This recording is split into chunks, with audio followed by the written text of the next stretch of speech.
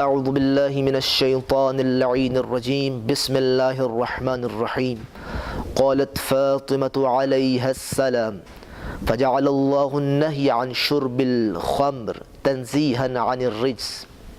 حضرت فاطمہ الزہرا سلام اللہ علیہ نے خطبہ فدق کے اس حصے میں شراب کی حرمت کا بتایا کہ اللہ تعالیٰ نے کیوں روکا کہ تم شراب نہ پیو، اس کی وجہ کیا تھی، اس کا سبب کیا تھا۔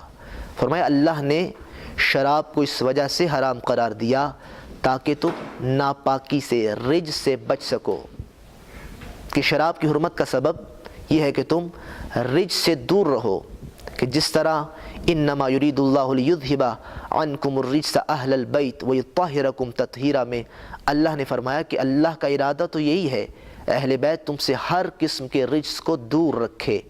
تو جس طرح اہل بیت سے رجس دور ہے، اس طرح اہل بیت کا اگر کوئی ماننے والا ہے اس کو بھی چاہیے کہ وہ رجس سے، گندگی سے، ناپاکی سے دور رہے۔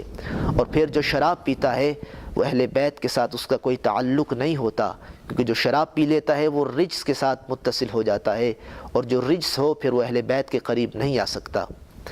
اور جناب سیدہ نے یہ جو جملہ ارشاد فرمایا، حقیقت میں یہ قرآن مجید کی آیت کی ترجمانی کر رہا ہے، اور برابر ہے قرآن صامت ہو یا قرآن ناطق ہو، ہے تو اللہ کا کلام اور اللہ کی جانب سے ہے، اور کوئی اس میں فرق نہیں ہے۔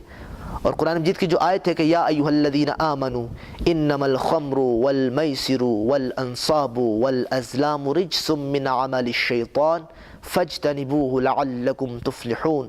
اے ایمان والو، یہ شراب، جوا، انصاب و ازلام یہ شیطان کا رجس ہیں، ناپاکی ہیں۔ جو بھی یہ افعال بجا لائے گا وہ رجس سے شیطان کے ساتھ متصف ہو جائے گا۔ فاجتنبوہ، اس سے بچو تاکہ تم کامیاب نظر آؤ۔ اور اللہ کے رسول نے، وہ اللہ کا رسول کہ جو وما ارسلناک الا رحمۃ للعالمین کا مصداق ہے، وہ اللہ کا رسول کہ جس کے اخلاق کے بارے میں اللہ ارشاد فرماتا ہے کہ فبما رحمۃ من اللہ لنت لهم ولو كنت فظا غلیظ القلب، وہ اللہ کا رسول کہ جو انک لعلی خلق عظیم کی کے درجے پر فائز ہے، وہی اللہ کا رسول کہ جو ہمیشہ رحمت ہے، فرماتا ہے کہ لعن اللہ، اللہ کی لعنت ہو شراب کے بارے میں 10 افراد پر۔ وہ 10 افراد کون سے ہیں؟ فرمایا غارسھا، جو شراب کی زراعت کرتا ہے اللہ کی اس پہ لعنت ہو، وحارسھا، اللہ کی اس پہ لعنت ہو کہ جو اس کی حفاظت کرتا ہے، وعاصرھا، جو اس کو کشید کرتا ہے اللہ کی اس پہ لعنت ہو۔ اور فرمایا شاربھا، جو شراب کو پیتا ہے خدا کی لعنت اس پہ ہو، وساقیھا، جو شراب کو دوسروں کو پلاتا ہے اس پر بھی خدا کی لعنت ہو۔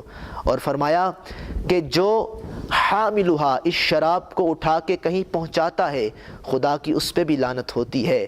والمحمول لہ، اور جو اس شراب کو وصول کرتا ہے خداوند کریم کی اس پر بھی لعنت ہوتی ہے۔ فرمایا وبائعھا ومشتریھا، جو اس کو بیچتا ہے، جو اس کو خریدتا ہے خدا کی اس پہ بھی لعنت ہوتی ہے۔ وآکل ثمنھا، اور جو اس شراب کے نتیجے میں اس کو بیچ کر اس سے قیمت کمائے اور پھر اس کو کھائے کہ اللہ کی اس پہ بھی لعنت ہوتی ہے۔ لہٰذا ضروری ہے کہ ہم اللہ کی لعنت سے دور رہیں، یعنی شراب نوشی سے دور رہیں، کیونکہ جو شراب پیتا ہے وہ ملعون قرار پاتا ہے، اس پر نبی کی بھی لعنت ہوتی ہے۔ اور جو شراب پی لیتے ہیں وہ رجس قرار پاتا ہے، اور رجس جو قرار پائے اس کا اہل بیت کے ساتھ کوئی تعلق نہیں ہوتا۔ خداوند کریم سے التجا کرتے ہیں کہ اللہ ہمیں جناب سیدہ فاطمہ الزہرا سلام اللہ علیہا کے اس پاکیزہ کلمے پر عمل پیرا ہونے کی توفیق عنایت فرما۔